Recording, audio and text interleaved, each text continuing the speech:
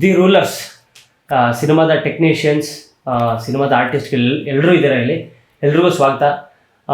The rulers based on true incidents ಅಂತ ಇದೆ ಸಿನಿಮಾದಲ್ಲಿ. ಸೊ ಯಾವೆಲ್ಲ ಇನ್ಸಿಡೆಂಟ್ನ ಈ ಸಿನಿಮಾದಲ್ಲಿ ಕವರ್ ಮಾಡಿದ್ದಾರೆ ಅನ್ನೋದು ನನ್ನ ಮೊದಲ ಪ್ರಶ್ನೆ ನಿರ್ದೇಶಕರಿಗೆ. ಯಾವ ಥರ ಅಂದರೆ ಟ್ರೂ ಇನ್ಸಿಡೆಂಟ್ಸ್ ಅಂತ ಇದೆಯಲ್ಲ ಸರ್, ಯಾವೆಲ್ಲ ಇನ್ಸಿಡೆಂಟ್ಗಳನ್ನ ನೀವು ಕೇಳಿದ್ದು ಅಂತ. ಇನ್ಸಿಡೆಂಟ್ ಈ ಕಥೆಯಲ್ಲಿ ಏನಂದ್ರೆ, ಬಡವರು ಇದಾರಲ್ಲ, ಬಡವರು ಹೆಣ್ಮಕ್ಳಿಗೆ ಏನೋ ಒಂದು ಪ್ರಾಬ್ಲಮ್ ಅಂದ್ರೆ ಅವರು ಫೇಸ್ ಮಾಡಬೇಕು. ಅದಕ್ಕೆ ಕಾನೂನಿದೆ, ಮತ್ತೆ ಇವರು ದಾರಿ ಮಾಡಿಟ್ಟಿದ್ದಾರೆ ನಮಗೆ ಕಾನ್ಸ್ಟಿಟ್ಯೂಷನ್ ಅಂಬೇಡ್ಕರ್ ಅವರು. ಸೊ ಫೇಸ್ ಮಾಡೋ ಧೈರ್ಯ ಇರಬೇಕು ಅವ್ರಿಗೆ. ಆ ಒಂದು ಇನ್ಸಿಡೆಂಟ್ ಮೇಲೆ ಕತೆ ಮಾಡಿದ್ರು. ನೋವು ತಿನ್ಕೊಂಡು ಹಾಗೆ ಇದ್ದೋಗ್ಬಾರ್ದು, ಹೋರಾಟ ಮಾಡಬೇಕು, ಅದಕ್ಕೆ ದಾರಿ ಇದೆ. ಅದು ಒಂದು ಇದು ತಗೊಂಡು ಮಾಡಿದ್ವಿ, 4 ಲೈನ್ ಅಂತ. ಓಕೆ ಸಂದೇಶ್ ಅವರೇ, ನನ್ನ ಪ್ರಶ್ನೆ ನಿಮಗೆ, ಯಾಕಂದರೆ ನೀವೇ ಇದರ ಕತೆ ಎಲ್ಲವನ್ನು ಬರೆದಿರೋದ್ರಿಂದ ನೀವು ಕಂಡಂತಹ ನಿಜ ಘಟನೆಗಳು ಏನೇನು ಅಂತ ಸರ್. ಅಂದರೆ ಈಗ ದ ರೂಲರ್ಸ್ ಅನ್ನೋಂಥದ್ದು ಯಾಕೆ ಈ ಸಿನಿಮಾ ಮಾಡಬೇಕು ಅಂತ ಹೇಳ್ಬಿಟ್ಟು ಅಂದ್ಕೊಂಡು ಅಂದರೆ, ನಮಗೆ ಫಿಲಮ್ ಇಂಡಸ್ಟ್ರಿಯಲ್ಲಿ ಅಷ್ಟೊಂದು ಇದಿಲ್ಲ ಸರ್, ಅಷ್ಟೊಂದು ಎಕ್ಸ್ಪೀರಿಯನ್ಸ್ ಇಲ್ಲ.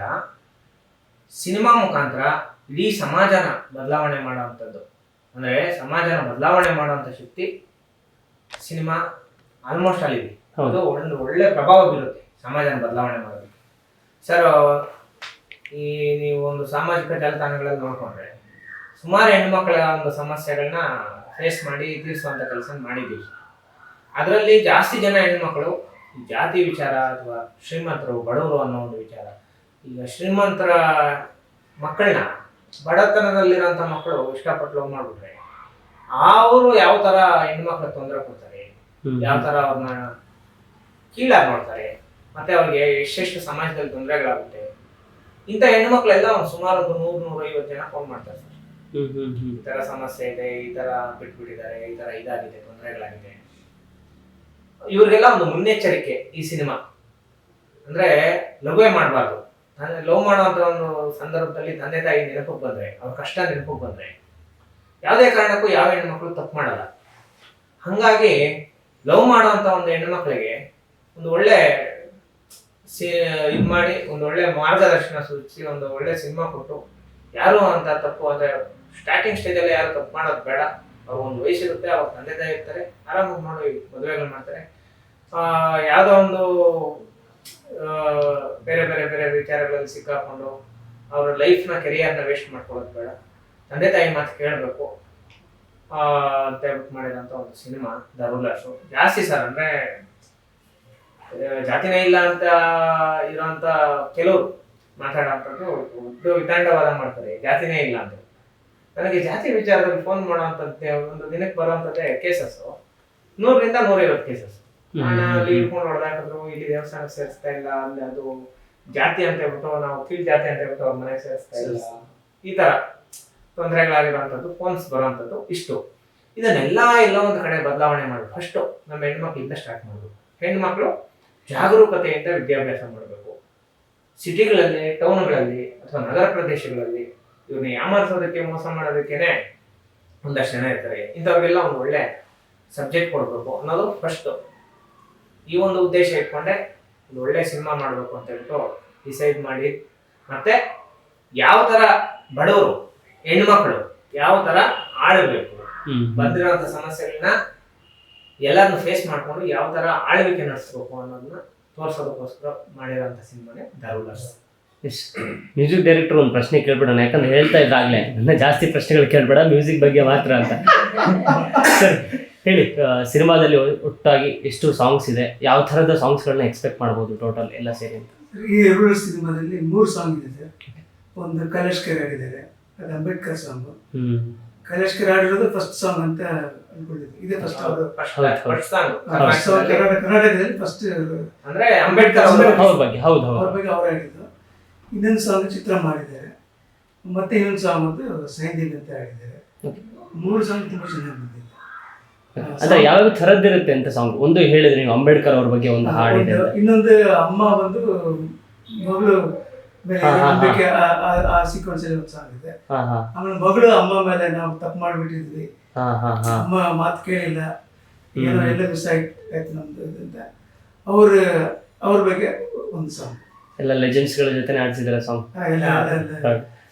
ಯಾವ್ದಕ್ಕೂ ಯಾವುದೇ ಒಂದು ಕ್ಲಾರಿಫಿಕೇಶನ್ಸ್ಗೆ ಅದಕ್ಕೆ ಎಲ್ಲ ಒಳ್ಳೆ ಸಿಂಗರ್. ನಮ್ಮ ಪ್ರೊಡ್ಯೂಸರ್ ಹಂಗೆ ಯಾರು ಬೇಕು ಯಾರು ಬೇಕಾದ್ರೂ ಅವರು ಫಸ್ಟ್ ಹೇಳ್ಬಿಟ್ರು. ಯಾವ ಸಿಂಗರ್ ಹೇಳ್ಬೇಕಾದ್ರೂ ಅದೇ ಕಲೇಶ್ಗೆ ಸಾಂಗ್ ಬಂತು, ಅವರೇ ಆಡ್ಬೇಕಂತ ಪ್ರೊಡ್ಯೂಸರ್ ಸಂದೇಶ ಅವರು, ಅದು ಎಷ್ಟೇ ಆಗಲಿ ಅವರೇ ಆಡ್ಬೇಕು ಅಂತ, ಅದಕ್ಕೆ ಅವ್ರ ಕೈಲಿ ಹಚ್ಚಿದ್ರು.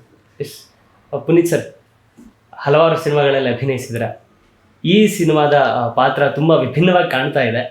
ಹೆಂಗ ಅನಿಸ್ತು ಈ ಪಾತ್ರ ಪೋರ್ಟ್ರೇ ಮಾಡೋದು? ಇದರಲ್ಲಿ ಏನಂದ್ರೆ ನನ್ನ ಏಜ್ ಮೀರಿದ ಪಾತ್ರ, ಹೌದು. ಹಾಗಾಗಿ ಇದರಲ್ಲಿ ನಾನು ತಂದೆ ಕ್ಯಾರೆಕ್ಟರ್ ಮಾಡಿದ್ದೀನಿ. ಹಾಗಾಗಿ ನನ್ನ ಪಾತ್ರಕ್ಕೆ ಅದು ತುಂಬಾ ದೂರದ ಪಾತ್ರ. ಮುಂಚೆ ನಾನು ಮಾಡಲಾರ್ದೆ, ಇಲ್ಲ ನಮ್ಮ ಡೈರೆಕ್ಟರ್ಸ್ ಇಲ್ಲ ಮತ್ತೆ ನೀವು ಮಾಡ್ಲೇಬೇಕಂತ ನಮ್ಮ ಮಾರ್ಜಿನಲ್ ಮಂಜಣ್ಣ ಫೋರ್ಸು ಮತ್ತೆ ಸತೀಶ್ ಅವರು ಫೋರ್ಸು ಎಲ್ಲ ಸೇರಿಬಿಟ್ಟು ಇಲ್ಲ ನೀವು ಆಗತ್ತ ಸಿನಿಮಾ ಅಂದ್ರೆ ಗೊತ್ತಲ್ಲ ಸರ್, ನಾವೇ ಅಡ್ಜಸ್ಟ್ ಮಾಡ್ಕೊಬಿಟ್ಟು ನನಗೊಂದು ಉದ್ದೇಶದಲ್ಲಿ ನಾವು ಮಾತಾಡೋದು ಎಲ್ಲ, ಮತ್ತೆ ಮೇಕಪ್ ಅಲ್ಲಿ ನಾವು ಅದು ಸ್ಟೇಜ್ ನ ರೀಚ್ ಮಾಡಕ್ಕಾಯ್ತು ನಮ್ಮ ಏಜ್ ನ. ಸಿನಿಮಾ ಮತ್ತೆ ಬೇರೆ ತರನ ಬಂದಿದೆ, ಅಂದ್ರೆ ಇದು ಎಲ್ಲಾ ಕೆಟಗರಿಗೂ ಎಲ್ಲಾ ಜನಕ್ಕೂ ಒಗ್ಗುವಂತ ಸಿನಿಮಾ, ಬ್ರಿಡ್ಜ್ ಸಿನಿಮಾ, ಅಡಿಬಡಿ ಸಿನಿಮಾ ಅಲ್ಲ. ಮತ್ತೆ ಈ ತರ ಇದು ಒಂದ್ ಒಳ್ಳೆ ಸಮಾಜಕ್ಕೆ ಒಂದ್ ಒಳ್ಳೆ ಮೆಸೇಜ್ ಇರ್ತಕ್ಕಂಥ ಸಬ್ಜೆಕ್ಟ್. ಯಾಕಂದ್ರೆ ಜನಕ್ಕೊಂದು ಒಂದು ಒಂದು ಒಂದು ಏನಂದ್ರೆ ಸತ್ಯ ಏನಿದೆ, ಮಾರ್ಗದರ್ಶನ ಏನಿದೆ, ಅಂದ್ರೆ ಅಂಬೇಡ್ಕರ್ ಕಾನೂನಲ್ಲಿ ಏನಿದೆ, ಅಂಬೇಡ್ಕರ್ ಹೇಳಿರೋ ಏನಿದೆ ಅದನ್ನ ನಾವು ತುಂಬಾ ಒಂದು ನೈಜಕತೆನ ಸಿನಿಮಾ ನೈಜಕತೆ ಹೇಳೋದನ್ನ, ಯಾಕಂದ್ರೆ ನಾವು ಇದುವರೆಗೂ ನಾವು ಮಾಡಿರೋ ಸಿನಿಮಾಗಳು ಅವೆಲ್ಲ ನಾವು ಮಾಡಿರೋ ಕಥೆಗಳು ಮಾಡಿದ್ವಿ, ನೈಜ ಮಾಡೋದು ಕಮರ್ಷಿಯಲ್ ಇರೋಂಥದ್ದೇ ಇರೋದು. ಅಂದ್ರೆ ಏನ್ ಗೊತ್ತಾ ಸರ್, ಆಕ್ಚುಲಿ ಒಡಿ ಬಡಿ ಅವನ್ನ ಕತ್ತರಿಸೋ ಇವನ್ ಕತ್ತರಿಸೋ ಸಾಯಿಸೋ ಅದು ಇದು ಅಂದಿದ್ರೆ ಪಟ್ಟ ತಗೊಂಡ್ಬಿಡ್ತಾರೆ. ತಂದೆ ಕ್ಯಾರೆಕ್ಟರ್ ಮಾಡ್ಬೇಕು, ಸ್ವಲ್ಪ ವಯಸ್ಸಾಗಿರೋದು ಫುಲ್ ಡಲ್ ಆಗ್ಬಿಟ್ರು. ಆಮೇಲೆ ಮತ್ತೆ ಸ್ಟೋರಿ ಕೇಳ್ಬಿಟ್ಟು ಫುಲ್ ಖುಷಿಯಾಗಿ ಇಲ್ಲ ಮಾಡ್ಲೇಬೇಕಿದು, ಒಂದು ಸಮಾಜಕ್ಕೆ ಒಂದು ಒಳ್ಳೆ ಮೆಸೇಜ್ ಕೊಡೋಂತ ಸಿನಿಮಾ, ಈ ಸಿನಿಮಾ ಮಾಡ್ಲೇಬೇಕು ಅಂತ ಹೇಳ್ಬಿಟ್ಟು ತುಂಬಾ ಖುಷಿ ಪಟ್ಟು ಮಾಡಿದ್ರು.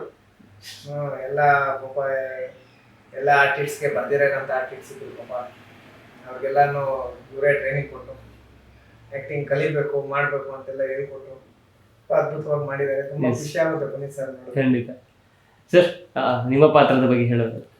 ನನ್ನ ಪಾತ್ರ ಏನಂದ್ರೆ ಸಿನಿಮಾದಲ್ಲಿ ಮ್ಯಾನೇಜರ್ ಆಗಿ ಕೆಲಸ ಮಾಡಿದ್ದೀನಿ, ಮತ್ತೆ ಹೀರೋಯಿನ್ಗೆ ಮಾವ ತರ ಕಲಾವಿದರು ಮಾಡಿದ್ದೀನಿ. ಒಂದು ಹೆಣ್ಮಗಿ ಕಷ್ಟ ಆದಾಗ ಕಷ್ಟದಲ್ಲಿದ್ದು ದೊಡ್ಡ ಮಟ್ಟಕ್ಕೆ ಬೆಳಿಬೇಕು, ಯಾವ ತರ ಬೆಳಿತಾರೆ ಅನ್ನೋದೇ ಈ ಸಿನಿಮಾದಲ್ಲಿ ನಾವು ತೋರಿಸಿರೋದು.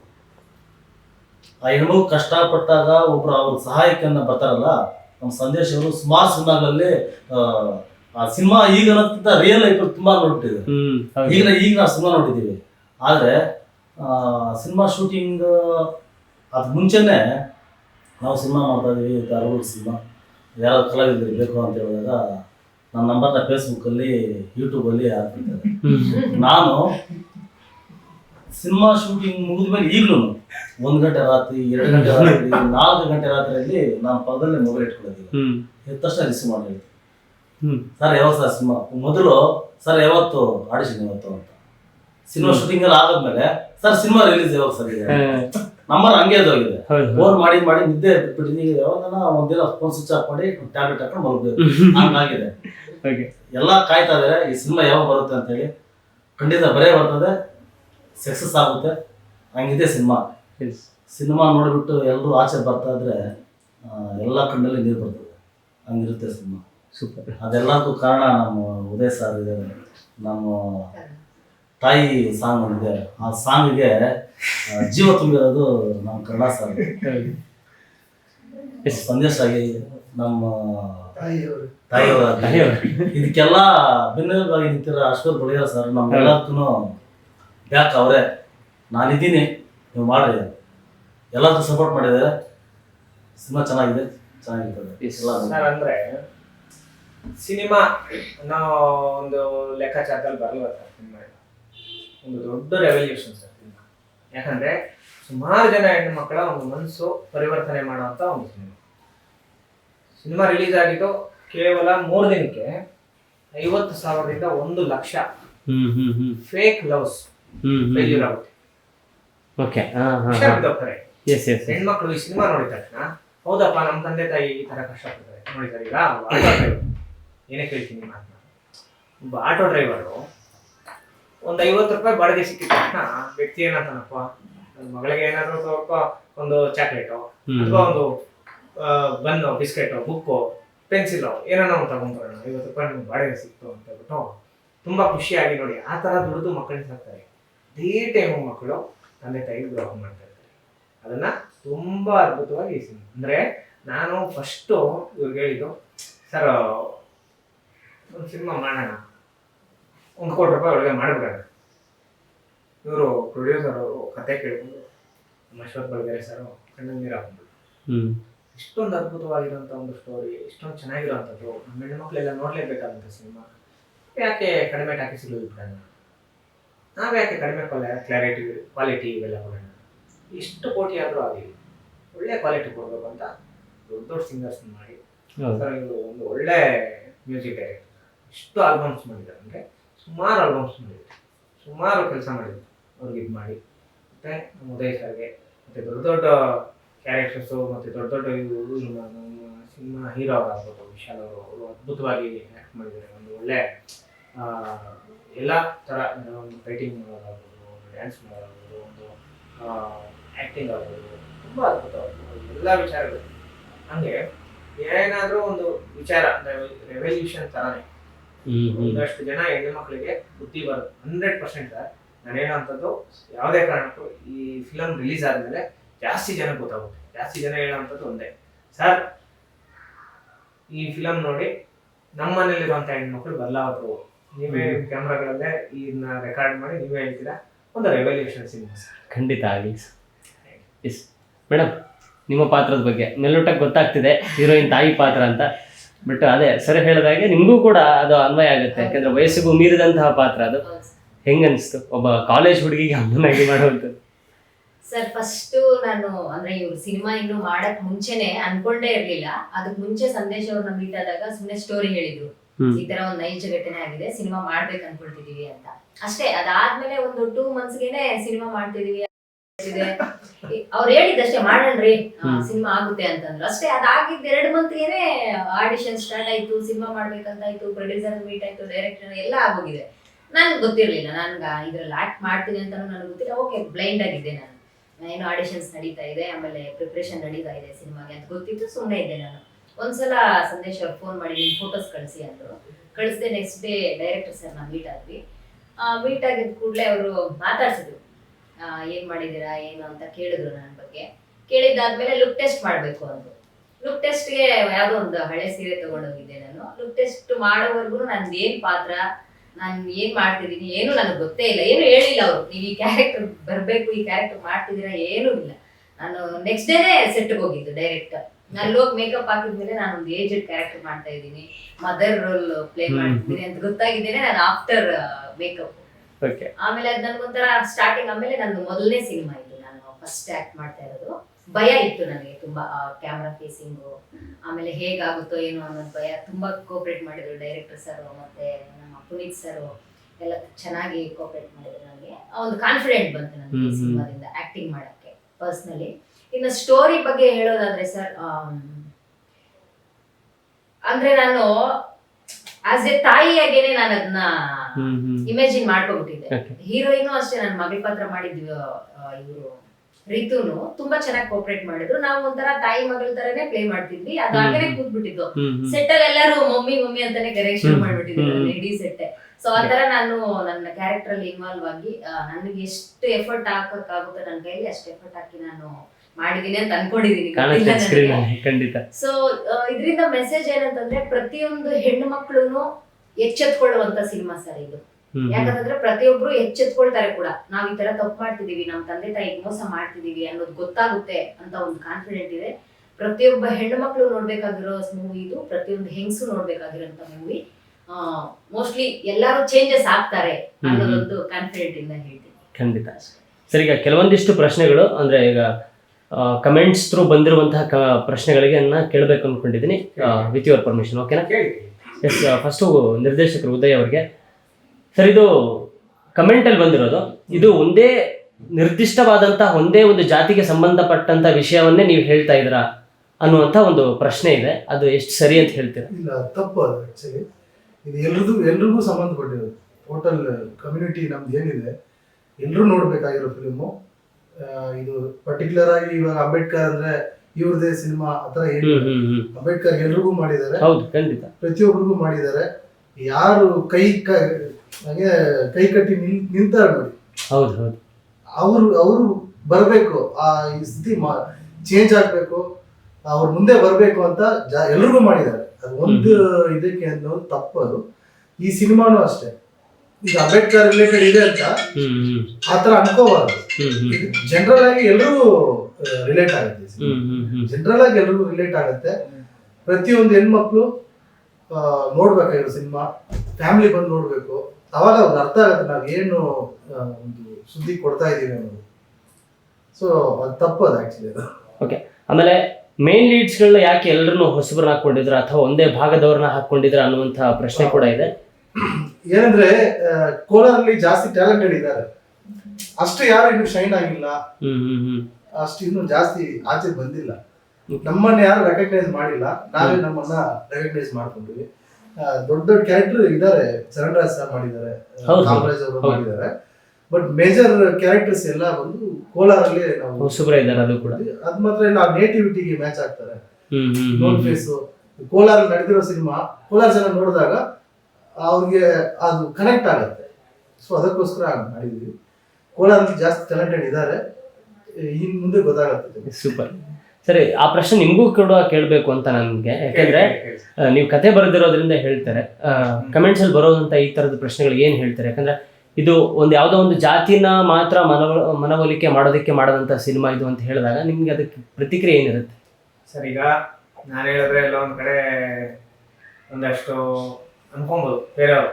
ಅಂದ್ರೆ ನಾನು ಹೇಳಿದ್ರೆ ಸಂದೇಶ ಒಂದು ಕ್ಯಾಸ್ಟ್ ಆಗಿರೋದ್ರಿಂದ ಅವ್ರ ಕ್ಯಾಸ್ಟ್ ಪರವಾಗಿನೇ ಒಂದು ಸಿನಿಮಾ ಮಾಡಿರ್ತಾನೆ ಅಂತ ಅನ್ಕೊಬೋದು. ಸರ್, ನಾನು ಹೇಳ್ತಾ ಇದ್ದೀನಿ, ರಿಚ್ ಪೀಪಲ್ಸ್ ಇರ್ತಾರಲ್ಲ, ಶ್ರೀಮಂತರು, ರಿಚ್ಚು, ಇವ್ರು ಬಿಟ್ಟು ಬಡತನದಲ್ಲಿರುವಂತ ಪ್ರತಿ ಸಮುದಾಯದ, ಪ್ರತಿ ಜಾತಿ, ಪ್ರತಿ ಮನೆಯಲ್ಲಿರುವಂತ ಹೆಣ್ಮಕ್ಳಿಗೆ ಎಲ್ಲರಿಗೂ ಈ ಸಿನಿಮಾ ಸೂಟಬಲ್ ಸಿನಿಮಾ. ಎಲ್ಲರೂ ನೋಡ್ಬೇಕಾಗಿರುವಂತ ಸಿನಿಮಾ, ಒಂದೇ ಜಾತಿಗೆ ಸೀಮಿತ ಆಗಿರುತ್ತೆ. ಯಾಕೆಂದ್ರೆ ಈ ಸಿನಿಮಾ ಒಂದು ವಿಚಾರ ಬಂದಾಗ ಅಲ್ಲಿ ನೋಡೋಂಥ ಪ್ರತಿಯೊಬ್ರು ಯಾವುದೇ ಸಮುದಾಯದವ್ರು ನೋಡಿದ್ರು ಅವರು ಆಚೆ ಬಂದು ನೀಟಾಗಿ ಎಕ್ಸ್ಪ್ಲೇನ್ ಮಾಡಿ ನಿಮ್ಮದೇ ಮಾಧ್ಯಮಗಳಲ್ಲಿ ಅವರೇ ಬಂದು ಹೇಳ್ತಾರೆ, ಈ ಸಿನಿಮಾ ಒಂದು ಜಾತಿಗೆ ಸೀಮಿತ ಅಲ್ಲ, ಎಲ್ಲಾ ಸಮುದಾಯದವ್ರು ನೋಡ್ಬೇಕು ಅಂತ ಸಿನಿಮಾ ನೋಡಿರೋರು ಬಂದು ಆಚೆ ಹೇಳ್ತಾರೆ. ಅದೇ ಯಾಕಂದ್ರೆ ನಾನು ಹೇಳಿದ್ರೆ ಎಲ್ಲೋ ಒಂದ್ ಕಡೆ ಸ್ವಲ್ಪ ಇದು ಅಭ್ಯಾಸ ಆಗ್ಬೋದು, ಬಟ್ ನಾನು ಹೇಳೋದು ಬೇಡ. ನೋಡಿರೋರು, ಸಿನಿಮಾ ನೋಡಿರೋರು ಆಚೆ ಬಂದು ನೀಟಾಗಿ ಹೇಳ್ತಾರೆ. ಆಮೇಲೆ ಕೋಲಾರ ಭಾಗದಲ್ಲಿರೋಂಥವ್ರು ಮಾತ್ರನೇ ಅಲ್ಲ ಕಲಾವಿದರು, ಕರ್ನಾಟಕದಲ್ಲಿ ಎಲ್ಲಾ ಜಿಲ್ಲೆಯಲ್ಲಿ ಇರೋಂಥವ್ರು ಬಂದು ಆಕ್ಟ್ ಮಾಡಿದ್ದಾರೆ. ಸ್ವಲ್ಪ ಒಂದಷ್ಟು ಜನಕ್ಕೆ ನೋಡಿ ಇವರು ಈಗ ಹಾಗೆ ಜಾಸ್ತಿ ಯಾರು ಗೊತ್ತಿಲ್ಲ, ಜಾಸ್ತಿ ಜನ KGF ಅಲ್ಲಿ ಆಕ್ಟ್ ಮಾಡಿರೋದ್ರಿಂದ ಇವ್ರ ಮನೆ ಪಕ್ಕದಲ್ಲೇ ಇರೋದು ಮನೆ ಇಲ್ಲ ಇವ್ರದ್ದು ಬಂದು ಹಾವೇರಿ. ಇವರು ಯಾವ ತರ ಭಾಷೆ ಅದೆಲ್ಲ ನಮ್ಮ ಕೋಲಾರಲ್ಲಿ ಯಾವ ತರ ಭಾಷೆ ಮಾತಾಡ್ತಾರೋ ಸೇಮ್ ಅದೇ ತರ ಮಾತಾಡ್ತಾರೆ. ಯಾಕಂದ್ರೆ ಉತ್ತರ ಕರ್ನಾಟಕದವ್ರಿಗೆ ಬೆಂಗಳೂರು ಭಾಷೆ ಮ್ಯಾಕ್ಸಿಮಮ್ ಮಾತಾಡ್ತಾರೆ, ಕೋಲಾರ ಭಾಷೆ ಮಾತಾಡ್ಬೇಕು ಅಂದ್ರೆ ಸ್ವಲ್ಪ ಕಷ್ಟ. ಅದ್ಭುತವಾಗಿ ಮಾತಾಡಿದ್ರೆ ಎಂತ ಒಂದು ಕ್ಯಾರೆಕ್ಟರ್ ಕೊಟ್ರು, ತುಂಬಾ ಚೆನ್ನಾಗಿ ಮಾಡ್ತಾರೆ. ಸ್ವಲ್ಪ ನಮ್ಮ ಡೈರೆಕ್ಟರ್ ಸರ್ ಸ್ವಲ್ಪ ಈ ಶೂಟಿಂಗ್ ಟೈಮಲ್ಲಿ ಏನಪ್ಪಾ ಶುದ್ಧ ಹೆಂಗೆ ಸ್ವಲ್ಪ ಕನ್ಫ್ಯೂಸ್ ಆದ್ರು. ಆದ್ರೂ ತುಂಬಾ ಅದ್ಭುತವಾಗಿ ತುಂಬಾ ಚೆನ್ನಾಗಿ ಅವರು ಒಂದು ತಂದೆ ಕ್ಯಾರೆಕ್ಟರ್ ಯಾವ ತರ ಮಾಡ್ಬೇಕು, ಮತ್ತೆ ಮೇನ್ ಒಂದು ವಿಲನ್ ಕ್ಯಾರೆಕ್ಟರ್ ಯಾವ ತರ ಮಾಡ್ಬೇಕು ಅದ್ಭುತವಾಗಿ ಮಾಡಿದ್ದಾರೆ. ತುಂಬಾ ಖುಷಿ ಆಗುತ್ತೆ ಸರ್. ಇನ್ನೊಂದು ಎಕ್ಸ್ಟೆಂಡೆಡ್ ಇದಕ್ಕೆ ಕೊನೆಯದಾಗಿ ಅಂದ್ರೆ ಆ ಪ್ರಶ್ನೆಗೆ ಎಕ್ಸ್ಟ್ರಾ ಅಂತ ಅನ್ಕೊಳ್ಳಿ ಇದನ್ನ, ಅಂದ್ರೆ ಈ ತರದ ಸಿನಿಮಾಗಳನ್ನ ಮಾಡಿದ್ದಾರೆ, ಇವ್ರಿಗೆ ಅಷ್ಟು ಈಸಿಯಾಗಿ ರಿಲೀಸ್ ಮಾಡಕ್ಕಾಗಲ್ಲ, ಹೆದರ್ತಾರೆ ಅನ್ನುವಂಥ ಪ್ರಶ್ನೆ ಇದೆ. ಅದ್ರ ಬಗ್ಗೆ ಏನ್ ಹೇಳ್ತೀರಾ ಸರ್? ನನಗೊಂದಷ್ಟು ಜನ ಕಾಮೆಂಟ್ಸ್ ಆಯಿತು ನನ್ನ ಸೋಷಿಯಲ್ ಮೀಡಿಯಾದಲ್ಲಿ, ಇವರು ಹೆದರ್ತಾರೆ, ಇವರು ಥಿಯೇಟರ್ ಕೊಡಲ್ಲ, ಮತ್ತೆ ರಿಲೀಸ್ ಮಾಡೋದಕ್ಕೆ ಇವ್ರಿಗೆ ಯೋಗ್ಯತೆ ಇಲ್ಲ, ಈ ತರ ಮಾತುಗಳೆಲ್ಲ ಬಂತು. ನನ್ನ ಕಾಮೆಂಟ್ ಹಾಕಿದ್ದಾರೆ. ನನಗೂ ಒಂದು ವಿಚಾರ ಅಂದ್ರೆ, ಫಿಲಮ್ ಸ್ಟಾರ್ಟ್ ಮಾಡಿದಾಗ ಬೇರೆ ಥರ ಯಾವ ಥರ ಯೋಚನೆ ಆಗುತ್ತೆ ಸರ್. ಫಿಲಮ್ ನಾವು ಸ್ಟಾರ್ಟ್ ಮಾಡಿದಾಗ ಈ ಒಂದು ಮಟ್ಟಕ್ಕೆ, ಈ ಒಂದು ಹಂತಕ್ಕೆ ಈ ಒಂದು ಸಿನಿಮಾ ಬರುತ್ತೆ ಅಂತ ಹೇಳ್ಬಿಟ್ಟು ನಾವು ಅನ್ಕೊಂಡಿಲ್ಲ. ಇಷ್ಟೊಂದು ದೊಡ್ಡ ಮಟ್ಟಕ್ಕೆ ಸಿನಿಮಾ ಹೋಗುತ್ತೆ, ಇಷ್ಟೊಂದು ದೊಡ್ಡ ಮಟ್ಟಕ್ಕೆ ಈ ಸಿನಿಮಾ ಬರ್ತಾ ಇದೆ ಅಂದ್ರೆ ಮೇನ್ ಕಾರಣ ಈಶ್ವರ್ ಕೊಳಗೆ.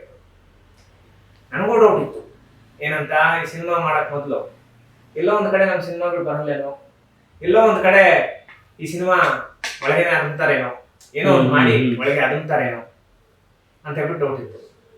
ಮತ್ತೆ ಈ ಯೋಗ್ಯತೆ ಇದೆಲ್ಲ ದೊಡ್ಡ ದೊಡ್ಡ ಮಾತಾಡಿ ಬೇರೆಯವರೆಲ್ಲ ಮಾತಾಡ್ತಾರಲ್ಲ, ಈ ವಿಚಾರಕ್ಕೆ ಸಂಬಂಧಪಟ್ಟಂಗೆ ಅಕಸ್ಮಾತ್ ಬೇರೆಯವ್ರು ಯಾರಾದ್ರೂ ಆಗಿದ್ದಿದ್ರೆ ಪ್ರೊಡ್ಯೂಸರ್ ಆಗಿ, ನಾನು ಎಲ್ಲೋ ಒಂದ್ ಕಡೆ ಭಯ ಪಡ್ತಾ ಇದ್ದೆ. ಭಯ ನಮಗೂ ಇರ್ತಾ ಇತ್ತು. ಅದೇ ಸಿನಿಮಾ ಪ್ರೊಡ್ಯೂಸ್ ಮಾಡಿರುವಂಥದ್ದು ಅಶ್ವಥ್ ಬಳ್ಗೇರಿ ಅವರು ಹುಟ್ಟದಾಗಿಂದ ಇಲ್ಲಿ ತನಕ ಬರೀ ಚಾಲೆಂಜ್ ಮಾಡ್ಕೊಂಡು ಬಂದಿರೋದು. ಆಮೇಲೆ ಅವ್ರನ್ನ ತುಂಬಾ ಕಡಿಮೆ ಮಟ್ಟದಲ್ಲಿ ನೋಡ್ತಾರೆ. ಯಾವ ತರ ಬೇರೆ ಬೇರೆಯವರು ಅವ್ರ ಬಗ್ಗೆ ಗೊತ್ತಿಲ್ವಲ್ಲ. ಅವರ ತಂದೆ ತಾಯಿನೇ ಅಂದ್ರೆ ಇವರು ಆಗರ್ಭ ಶ್ರೀಮಂತರು. ಇವತ್ತು ನೆನ್ನೆ ಮೊನ್ನೆ ಬಂದು ಮೊನ್ನೆ ಶ್ರೀಮಂತರಾಗಿರೋರಲ್ಲ ಅವರು. ಅವ್ರ ಬಗ್ಗೆ ಗೊತ್ತಿಲ್ಲ, ಹಂಗಾಗಿ ಸುಮ್ನೆ ಬ್ಯಾಡ್ ಕಮೆಂಟ್ಸ್ ಮಾಡ್ತಾರೆ ಅಷ್ಟೇ ಅಶ್ವಥ್ ಸರ್ ಬಗ್ಗೆ. ಅವರ ತಂದೆ ತಾಯಿಯಿಂದನೂ ಮತ್ತೆ ಅವ್ರ ಪೂರ್ವಿಕರಿಂದನೂ ದೊಡ್ಡ ಶ್ರೀಮಂತ ಸರ್ ಅವರು. ಅವ್ರ ತಾಯಿಗೆ ಹೆಸರೇ ಬಂದ್ಬಿಟ್ಟಿದೆ ಅನ್ನದಾನಿ ಅಂತ. ಅಂದ್ರೆ ಆ ಒಂದು ಕಾಲಘಟ್ಟದಲ್ಲಿ ಆ ಭಾಗದಲ್ಲಿ, ನಮ್ಮ ವರ್ತೂರು ಭಾಗದಲ್ಲಿ ಎಲ್ಲರಿಗೂ ಊಟ ಹಾಕಿರುವಂತ ಒಂದು ಮಹಾ ತಾಯಿ ಅಮ್ಮ. ಅವ್ರ ಹೊಟ್ಟೆಯಲ್ಲಿ ಬಿಟ್ಟಿರುವಂತ ವ್ಯಕ್ತಿಗಳು. ಸರ್ ನಾವು ಸರ್ ಸೆಟ್ಟಲ್ಲಿ ಒಂದು 100 ಜನ ಇದ್ದಾರೆ ಅಂದ್ರೆ 150 ಜನ ಊಟ ಮಾಡಿಸ್ತಾ ಇದ್ದೀವಿ. ಪರವಾಗಿಲ್ಲ ಹುಡುಗ್ರೆ ತಗೊಂಡೋಗ ಆಶ್ರಮ ಕೊಡೋಣ. ನಮ್ಮ ಸೆಟ್ಟಲ್ಲಿ ಇರೋಂಥವ್ರು ಹೊಟ್ಟೆ ತುಂಬ ಊಟ ಮಾಡೋದು. 150 ಜನ ಊಟ ಮಾಡ್ತಾ ಇದ್ವಿ. ಆಮೇಲೆ ಈ ಅಪ್ಪ ಏನಂದ್ರೆ ಈ ಸಿನಿಮಾನ ಇನ್ನೂ ದೊಡ್ಡ ಮಟ್ಟದಲ್ಲಿ ಅಂದ್ರೆ ಒಂದು 25-30 ಕೋಟಿ ರೂಪಾಯಲ್ಲಿ, ಒಂದು 50 ಕೋಟಿ ರೂಪಾಯಿ ಬೇಕಾದ್ರೆ ಮಾಡೋಣ ಅಂತ ಇಟ್ಕೊಂಡು ಸರ್ ಸುಮ್ಮನೆ ಇದೆ ಸರ್, ನಾನು ಆ ಮಟ್ಟಕ್ಕೆ ಯೋಚನೆ ಮಾಡಿಲ್ಲ. ಸಿನಿಮಾ ಜನಕ್ಕೆ ಒಂದು ಒಳ್ಳೆಯದು. ಆಮೇಲೆ ಎಲ್ಲಾ ಜಿಲ್ಲಾ ಕೇಂದ್ರಗಳಲ್ಲಿ, ರಾಜ್ಯಾದ್ಯಂತ ಎಲ್ಲಾ ಜಿಲ್ಲಾ ಕೇಂದ್ರಗಳಲ್ಲಿ ಒಂದೊಂದು ಥಿಯೇಟರ್ ಹಾಕಿ, ಕೋಲಾರ, ಬೆಂಗಳೂರು ಸೇರಿಸ್ಕೊಂಡು ಒಂದು 30 ಟಾಕೀಸಲ್ಲಿ, ಒಂದು 60 ಟಾಕೀಸಲ್ಲಿ ನಾವು ಹಾಕೋಣ ಸರ್. ಅಂದ್ರೆ ಯಾವುದೇ ಕಾರಣಕ್ಕೂ 3 ಟಾಕೀಸ್ಗಿಂತ ಕಡಿಮೆ ಆಗ್ಬಾರ್ದು. 3 ಟಾಕೀಸ್ಗಿಂತ ಕಡಿಮೆ ಆದ್ರೆ ಚೆನ್ನಾಗಿರಲ್ಲ. ಅಂದ್ರೆ ಇವರು ಎಲ್ಲ ದೊಡ್ಡದಾಗಿ ಯೋಚನೆ ಮಾಡೋದು. ಸರ್ ನಾನು ಹೇಳ್ತಾ ಇದ್ದೀನಿ 100% ಭಾರಿ ವಿಜೃಂಭಣೆಯಿಂದ ರಿಲೀಸ್ ಮಾಡ್ತಾರೆ. ಅಷ್ಟೇ ವಿಜೃಂಭಣೆಯಿಂದ ಜನ ನಮ್ಮನ್ನು ಕಾಪಾಡ್ತಾರೆ. ಯಾಕಂದ್ರೆ ಅಲ್ಲಿ ಪ್ರೊಡ್ಯೂಸರ್ ಆಗಿ ನಿಂತ್ಕೊಂಡಿರುವಂಥದ್ದು ಅಶ್ವಥ್ ಬಳ್ಗೇರಿ. ಅವ್ರು 100% ಸಿನಿಮಾ ರಿಲೀಸ್ ಮಾಡಿಸ್ತಾರೆ. ಕಾಮೆಂಟ್ರಿ ಮಾಡೋರು ಮಾಡ್ಕೊಳ್ಳಿ. ನನಗೂ ಮಾಡ್ತಾ ಇರ್ತಾರೆ, ಡೈಲಿ ಮಾಡ್ತಾ ಇರ್ತಾರೆ, ಡೈಲಿ ಫೋನ್ ಮಾಡಿ ಮಾತಾಡ್ತಾ ಇರ್ತಾರೆ ನನಗೆ. ಈಗ ಸಿನಿಮಾ ಶೂಟಿಂಗ್ ಸ್ಟಾರ್ಟ್ ಮಾಡಕ್ ಮೊದಲು ಶೂಟಿಂಗ್ ಮಾಡಲ್ಲ ಏನ್ ಸರ್ ಸ್ಟಾರ್ಟಿಂಗ್ ಸರ್ ಶೂಟಿಂಗೇ ಮಾಡಿಲ್ಲ ಸರ್, ಆಡಿಷನ್ ಅನ್ಸ್ತಾರೆ, ಫೇಕ್ ಆಡಿಷನ್, ಶೂಟಿಂಗೇ ಮಾಡಲ್ಲ ಅಂತ ಓಪನ್ ಚಾಲೆಂಜ್ ಮಾಡಿದ್ವಿ ನಾವು. ಒಳ್ಳೆ ದಿನದಲ್ಲಿ ನಾವು ಶೂಟಿಂಗ್ ಮಾಡಲ್ಲ. ನಾವು ಅಂಬೇಡ್ಕರ್ ಅವರು ನಮ್ಮ ಸಂವಿಧಾನವನ್ನ ಯಾವತ್ತು ದೇಶಕ್ಕೆ ಅರ್ಪಣೆ ಮಾಡಿದ್ರು ಆವತ್ತೇ ನವೆಂಬರ್ 26ಗೆ ನಾವು ಶೂಟಿಂಗ್ ಸ್ಟಾರ್ಟ್ ಮಾಡ್ತೀವಿ ಅಂತ ಹೇಳ್ಬಿಟ್ಟು ನವೆಂಬರ್ 26 ಸ್ಟಾರ್ಟ್ ಮಾಡಿದ್ವಿ. ಕರೆಕ್ಟಾಗಿ 60 ದಿನದಲ್ಲಿ ನಾವು ಶೂಟಿಂಗ್ ಮುಗಿಸ್ತೀವಿ ಅಂತ ಹೇಳ್ಬಿಟ್ಟು ಇದು ಮಾಡಿದ್ವಿ. ಸರ್ ನಮ್ಮ ಸೆಟ್ಟಲ್ಲಿ ಇರೋರು ಎಲ್ಲರೂ ಸರ್ ನೋಡಿ ಸರ್, ಇವರು ಮಂಜಣ್ಣ ಅಂತ ಹೇಳ್ಬಿಟ್ಟು ಮಾರ್ಜನಹಳ್ಳಿ, ಇವರು music director sir, director sir. Night ನಾವೆಲ್ಲ ಸ್ವಲ್ಪ ಮಾಡಿರೋಂಥ ವರ್ಕ್ಸ್ನೆಲ್ಲ ಸ್ವಲ್ಪ ಸಾರು ಕಾಪಿ ಮಾಡೋಷ್ಟೊತ್ತಿಗೆ 12 ಗಂಟೆ 1 ಗಂಟೆ ಆಗ್ಬಿಡ್ತಾಯಿತ್ತು ಅಲ್ವಾ ಸರ್. ಇವರು ಇದನ್ನ ಕಂಟೆಂಟ್ನ ಕಾಪಿ ಮಾಡಿ ಪೇಸ್ಟ್ ಮಾಡೋಷ್ಟೊತ್ತಿಗೆ 12:30 1 ಗಂಟೆ ಆಗ್ತಾಯಿತ್ತು. ಮತ್ತೆ ಹೊಲ್ಕೊಂಡು ಇವರು ಒಂದು 5-5:30 ಎದ್ದು ನೀಟಾಗಿ ರೆಡಿಯಾಗಿ ಸೆಟ್ಟು. ನಾವು 3 ಗಂಟೆಗೆ ಇದ್ದು ಜಿಮ್ಗೆಲ್ಲ ಹೋಗಿ ನಾನು ಬೇಗ ಮಲಗ್ಬಿಡ್ತಾ ಇದ್ದೆ. ಒಂದು 10 ಗಂಟೆಗೆ ನಾನು ಮಲಗ್ಬಿಡ್ತಾ ಇದ್ದೆ ಸರ್. 3 ಗಂಟೆಗೆ ಇದ್ದು ನಮ್ಮ ಜಿಮ್ ಓಪನ್, ನಮಗೆ ಎಕ್ಸರ್ಸೈಸ್ ಮಾಡ್ಕೊಂಡ್ರೆ ಅದು ಇದು ಅಂತ ಹೇಳ್ಬಿಟ್ಟು ಕಿರಣ್ ಅವರು ಫುಲ್ ಆಗಿಲ್ಲ ಅವರೇ ಜಿಮ್ಮು ಫುಲ್ಲು ನಮ್ಮ ಸೆಟ್ಟಲ್ಲಿರೋರಿಗೆಲ್ಲ ಓಪನ್ ಫಸ್ಟೇ ಈ ನಮಗೆ ಕೊಟ್ಬಿಡ್ತಾ ಇದ್ವಿ. ಬೆಳಗ್ಗೆ ಬೇಗ ಬಂದು ಓಪನ್ ಮಾಡ್ಬಿಡ್ತೀರ, ಮಾಡ್ಕೊಂಡು ಆರಾಮಾಗಿದ್ರಿ ಅಂತ ವರ್ಕೌಟ್ ಎಲ್ಲ ಮುಗಿಸ್ಕೊಂಡು ಎಲ್ಲ ಕರೆಕ್ಟಾಗಿ 7 ಗಂಟೆಗೆ ಸೆಟ್ಟಲ್ಲಿ ಇರ್ತಾ ಇದ್ವಿ. ಎಲ್ಲ ಆರ್ಟಿಸ್ಟು, ಎಲ್ಲ ಕಲಾವಿದರು ಕನಿಷ್ಠ ಪಕ್ಷ ಈ ಸಿನಿಮಾಗೋಸ್ಕರ ಒಂದು ದಿನದಲ್ಲಿ 16 ಗಂಟೆ ಕೆಲಸ ಮಾಡಿದ್ದಾರೆ. ಹಂಗಾಗಿನೇ ಅಷ್ಟು ಫಾಸ್ಟ್ ಆಗಿ. ಖಂಡಿತ. ಫಸ್ಟ್ ನಾವು ಸ್ಟಾರ್ಟ್ ಮಾಡಿದಾಗ ಶೂಟಿಂಗ್ ಸ್ಟಾರ್ಟ್ ಮಾಡಿದ ದಿನ ಸ್ಮಶಾನದಲ್ಲಿ ಮಾಡ್ಬೋದು, ಏನು ಮೆಂಟ್ಲಲ್ಲ. ಯಾರಾದ್ರೂ ಮಾಡಿದ್ರೆ ಬೇರೆ ಬೇರೆ ತರ ಬೇರೆ ಬೇರೆ ಕಡೆ ಇದು ಮಾಡ್ತಾರೆ. ಇವ್ರೇನು ಸ್ಮಶಾನದಲ್ಲಿ ಮಾಡ್ತಾ ಇದ್ದಾರೆ, ಪಿಕ್ಚರ್ ನಿಂತೋದೈತೆ ಅಂತ. ಅವರು ಒಂದು ದೊಡ್ಡ ಶಕ್ತಿ ಸರ್ ಅಶ್ವಥ್ ಬಳ್ಗೇರಿ ಅವರು. ಯಾವುದೇ ಕಾರಣಕ್ಕೂ ನಿಲ್ಲೋದಕ್ಕೆ ಅದಕ್ಕೆಲ್ಲ ಯಾವುದಕ್ಕೂ ಚಾನ್ಸಸ್ ಇಲ್ಲ. 100% ಸಿನಿಮಾ ಆರಾಮಾಗಿ ಈಗ ಅವರೇ ಪ್ರೊಡ್ಯೂಸರ್ ಆಗಿದ್ದಾರೆ ಅಂದ್ರೆ ಅವರೇ ಅನೌನ್ಸ್ ಮಾಡ್ಬೋದು. ನಾವು ಒಂದು ಆರ್ಟಿಸ್ಟ್, ಒಂದು ಕತೆ ಬಂದಿರೋರು, ಕೆಲಸ ಮಾಡಿರೋರು, ಆ ಒಂದು ಕಾರಣದಿಂದ ಇನ್ನೇನು ಕೆಲವೇ ದಿನಗಳಲ್ಲಿ ಅನೌನ್ಸ್ ಮಾಡ್ತಾರೆ ಡೇಟು. 100% ಜನಗಳ ಮುಂದೆ, ಕರ್ನಾಟಕದಾದ್ಯಂತ 100% ಜನಗಳ ಮುಂದೆ ಸಿನಿಮಾ ಬರುತ್ತೆ ಸರ್. ಎಸ್. ಆದಷ್ಟು ಬೇಗ ಸಿನಿಮಾ ಬರಲಿ. ನೀವು ಹೇಳಿದಾಗೆ ಹಲವಾರು ಮಂದಿ ಹೆಣ್ಮಕ್ಳಿಗೆ ಒಂದು ಮೆಸೇಜ್ ಕೊಡುವಂತಹ ಸಿನಿಮಾ ಇದಾಗಲಿ. ಸೊ ದೊಡ್ಡ ಮಟ್ಟದ ಸಕ್ಸಸ್ ಆಗಲಿ ಅಂತ ಕೇಳ್ಕೊತೀವಿ sir. All the very best ಎಲ್ರಿಗೂ.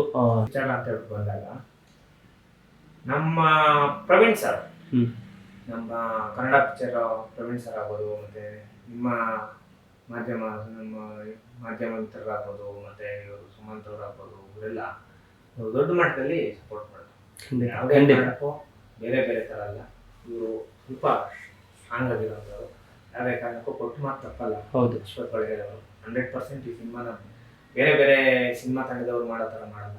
ಯಾರಿಗೂ ಡಿಸ್ಟರ್ಬ್ ಆಗ್ತಿರೋ ಮಾಡಬೇಕು ಅಂತ ಹೇಳ್ಬಿಟ್ಟು ಹೇಳಿದಾಗ ಇವರು ಒಂದು ಮಾತು, ಯಾರೋ ಪ್ರೊಡ್ಯೂಸರ್ಸ್ ಅವರು ಒಂದೇ ಮಾತಲ್ಲಿದ್ದು, ನೋಡ್ರಿ ಕಡಿಮೆ ಲೋ ಕ್ವಾಲಿಟಿ ಇರೋಂಥ ಟೈಟಲ್ಸ್ ನನಗೆ ಬೇಕಾಗಿದೆ, ಒಂದು ಒಳ್ಳೆ ಕ್ವಾಲಿಟಿ ಇರೋಂಥ ಟೈಟಲ್ಸ್ಗೆ ಕೊಡೋಣ, ಒಂದು ಒಳ್ಳೆ ಅದ್ಭುತವಾಗಿರೋಂಥ ಇದನ್ನೇ ಕೊಡೋಣ. ಎಲ್ಲದರಲ್ಲಿನೂ ಹೈ ಕ್ವಾಲಿಟಿ ಸರ್ ಅವರು, ಯಾವುದೇ ವಿಚಾರದಲ್ಲಿ ಬೇರೆ ಥರ ಆಗೋದು ಬೇಡ ಅಂತ ಹೇಳ್ಬಿಟ್ಟು ಒಂದು ಅಷ್ಟು ಟಾಕೀಸ್ಗಳು ಮಾತಾಡಿದ ತಕ್ಷಣ ಡಿಸ್ಟ್ರಿಬ್ಯೂಟರ್ಸ್ ನಾವು ಮಾಡ್ತೀವಿ, ಅದು ಯಾವುದೇ ಸಿನಿಮಾ ಇರಲಿ ನಾವು ಥಿಯೇಟರ್ಸ್ ಕೊಡಿಸ್ತೀವಿ, ಅಭ್ಯಂತರ ಇಲ್ಲ, ನಾವು ಮಾಡೇ ಮಾಡ್ತೀವಿ ಅಂತ ಹೇಳ್ಬಿಟ್ಟು ಹೇಳಿದ್ದಾರೆ. ಅದರಲ್ಲಿ ಏನಿಲ್ಲ.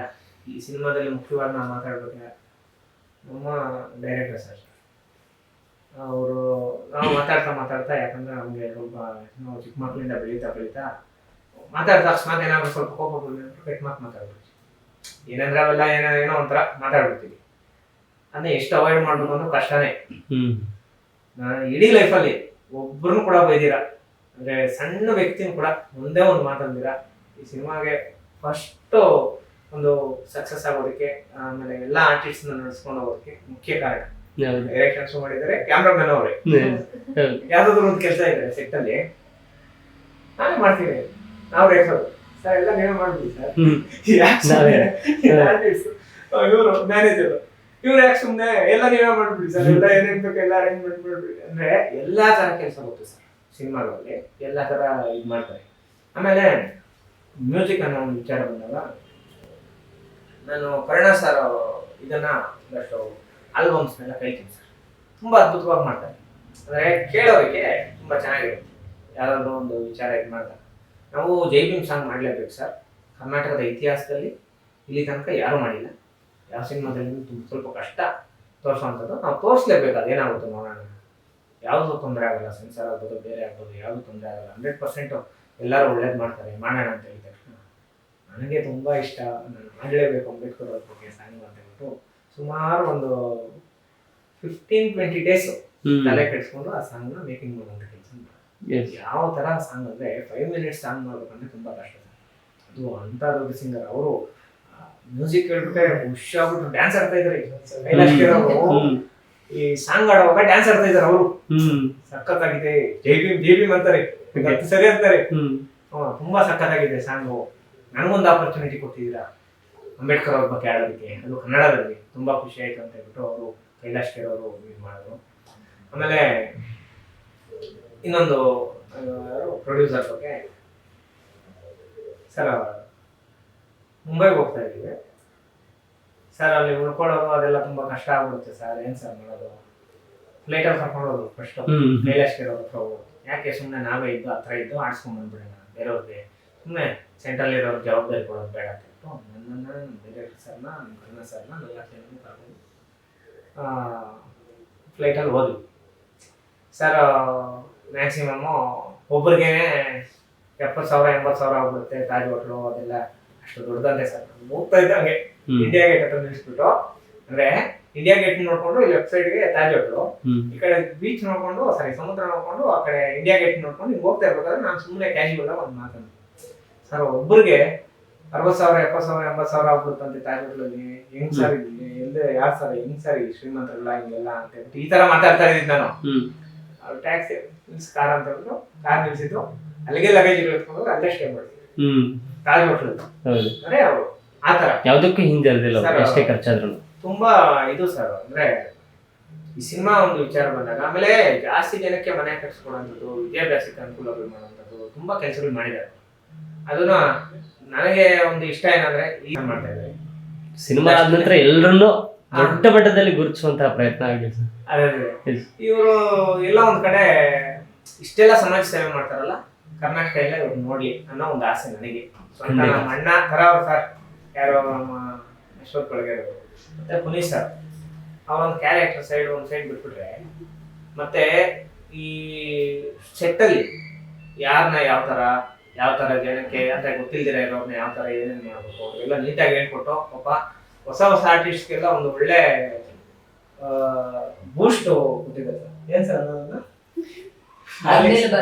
ಹಾರ್ಲಿಕ್ಸ್ ಸರ್ ಏನ್ ಹೇಳಿದಾರ್ ಏನಾದ್ರು ಅನ್ಕೊಳ್ತೀವಿ ವೇ ಪ್ರೋಟೀನ್ ಮಾಡಿದ್ದಾರೆ ಸರ್.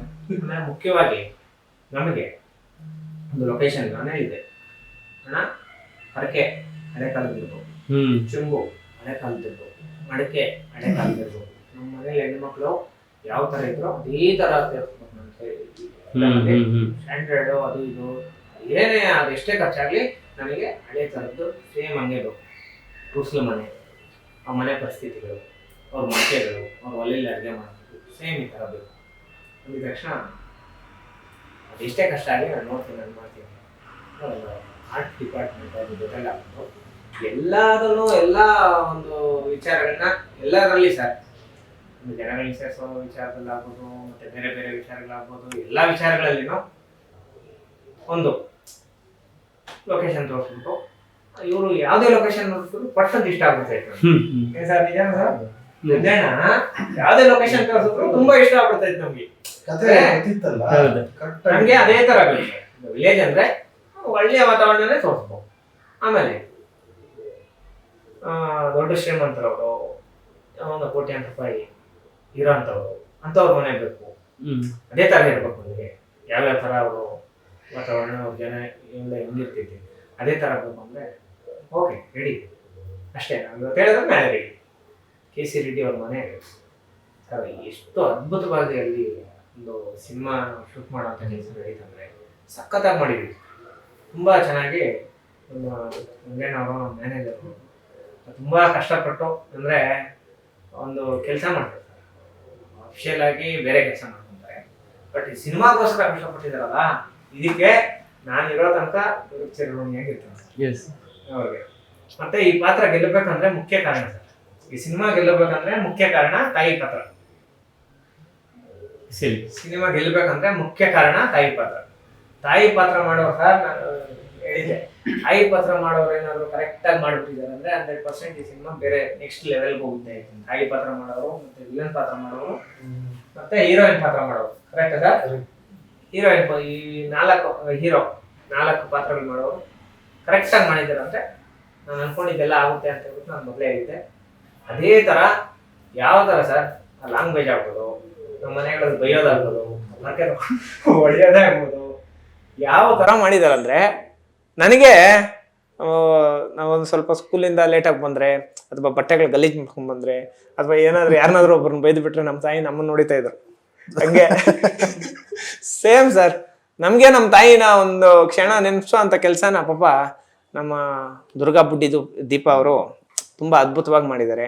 ಮತ್ತು ನಮ್ಮ ವಿಶಾಲ್ ಅವರು ಆಗ್ಬೋದು, ವಿಶಾಲ್ ಅವರು ಸಖತ್ತಾಗಿ ಆ್ಯಕ್ಟ್ ಮಾಡಿದ್ದಾರೆ ಅದರಲ್ಲಿ ಸರ್. ಅವರು ನೆಕ್ಸ್ಟ್ ಸರ್ ಬೇರೆ ಲೆವೆಲ್ ಅವರು, ನಮ್ಮ ವಿಶಾಲ್ ಅವರು. ಅಂದರೆ ನಾನು ಡಿಸೈಡ್ ಆಗಿದ್ದೆ ಸರ್, ಒಂದಷ್ಟು ಜನನ ತಳ ಸಮುದಾಯಗಳಿಂದ ಸ್ಟಾರ್ಸ್ ಮಾಡಬೇಕು ಅಂತ. ಅಂದರೆ ಸ್ಟಾರ್ಸೇ ಇಲ್ಲ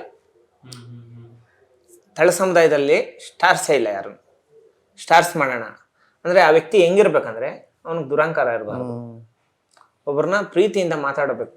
ಈ ಸ್ಟಾರ್ಗಿರಿ ಇಂಥದ್ದೆಲ್ಲ ಇರಬಾರ್ದು. ಇಂಥ ವ್ಯಕ್ತಿಗಳನ್ನ ಒಂದಷ್ಟು ಜನನ ಹೀರೋಗಳನ್ನಾಗಿ ಮಾಡೋಣ ಅಂತ ಹೇಳ್ಬಿಟ್ಟು ನಂದೊಂದು ಆಸೆ, ಕೊನೆ ಕನಸು ಸರ್ ಅದು.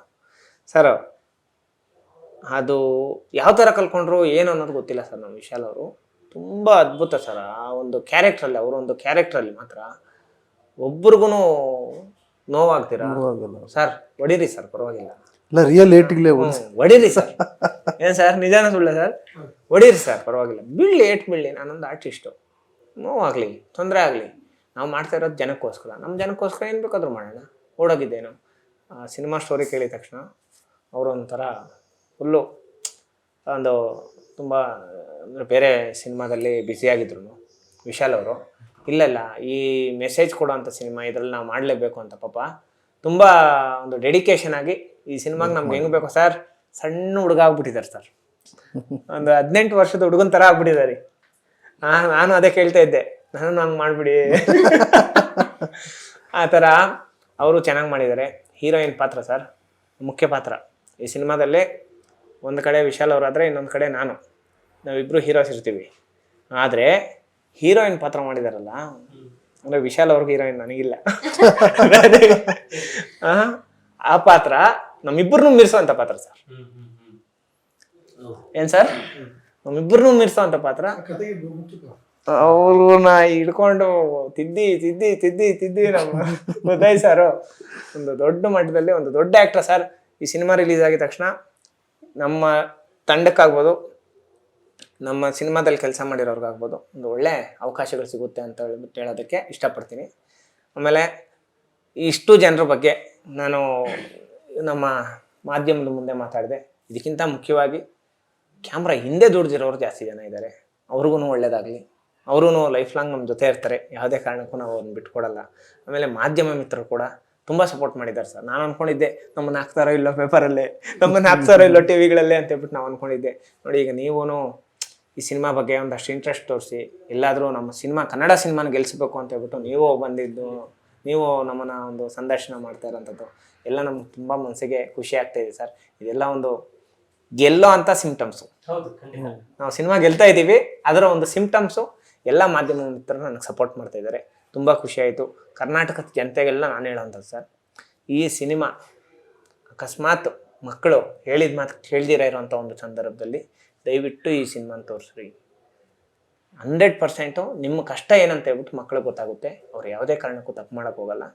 ಎಲ್ಲ ಕರ್ನಾಟಕದ ಎಲ್ಲ ಜನರು ಚಿತ್ರಮಂದಿರಗಳಿಗೆ ಈ ಸಿನಿಮಾ ನೋಡಬೇಕು ಅಂತ ಹೇಳ್ಬಿಟ್ಟು ನಾನು ಎಲ್ಲ ನಮ್ಮ ಕರ್ನಾಟಕದ ಜನರಲ್ಲಿ ಮನವಿ ಮಾಡ್ತಾ ಇದ್ದೀನಿ ಸರ್.